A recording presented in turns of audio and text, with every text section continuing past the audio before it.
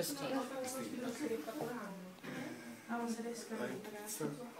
Okay, we're here with Christine Coombe at the 34th Annual Convention of Tahtsidis.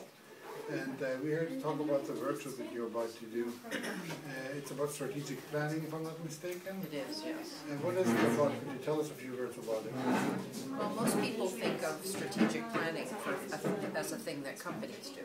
But in my view, a lot of the principles with regard to strategic planning can be used to help one be more personally and professionally aware and productive. So I'll talk about some of the steps to strategic planning and how teachers can write their own strategic plan to be more efficient and more organized. Okay, and what kind of background is needed? Like, is there any specific background needed for this? I don't think so. Hopefully I'm going to provide some of the background, at least from a review of the literature that I've done, to help teachers get started. So that's the purpose of today. Okay, so it's how to start strategic planning and how to do lesson plans, basically. No, it's not lesson plans. Okay. It's more personal effectiveness. Okay. So I think truly that to be a better teacher, one has to be professionally engaged and keep up a certain momentum to one's career. And it's not only about how you organize your career, it's about how you organize yourself as a person. So it starts at that. As you mentioned in your lecture today, this morning, so I guess it's closely related to each other. Somewhat related, yeah. Okay. Somewhat. Does it take any certain kind of personality to be an effective teacher, to be effective in strategic planning, to be effective in planning your lesson, or in conveying what you want to teach actually? I think teachers have varying degrees of success with strategic planning based on how disciplined they are or want to be. So I think it's probably more about discipline. And if you find that you want to do something, we all find excuses to not do something. Well, we can't do this. We can't do our MA because it's too expensive. Okay, this kind of thing.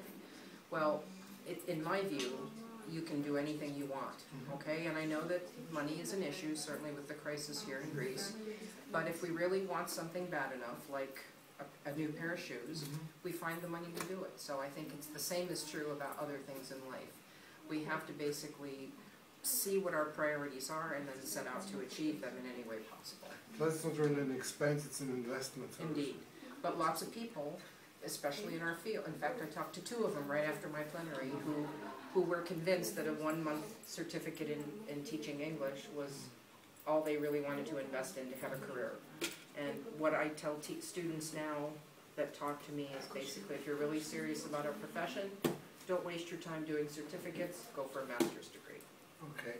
Since many of our viewers were not able to be at your talk this morning, could you wrap up in a nutshell maybe what these 10 or the most important of the 10 ways to be an effective teacher are?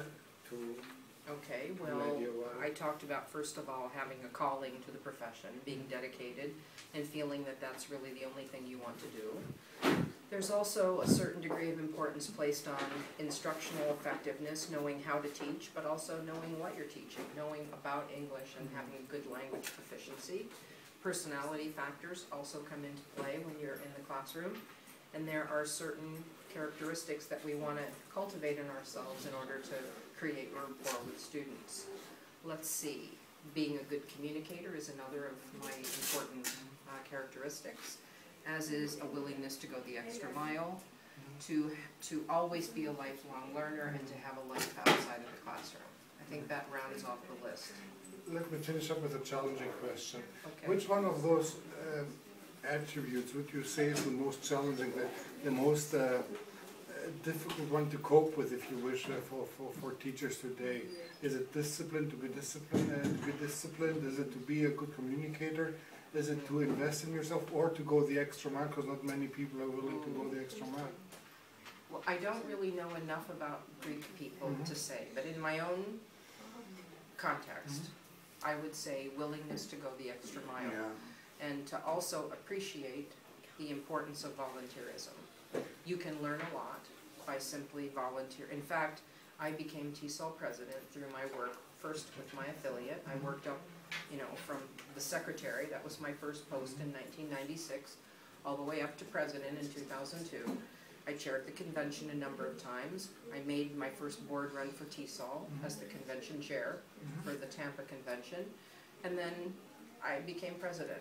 All of that would not have been possible had it not been the work I did for TESOL Arabia. So I think, and I know if you're like TESOL Arabia, TESOL Greece probably has a hard time finding people who want to do the extra work.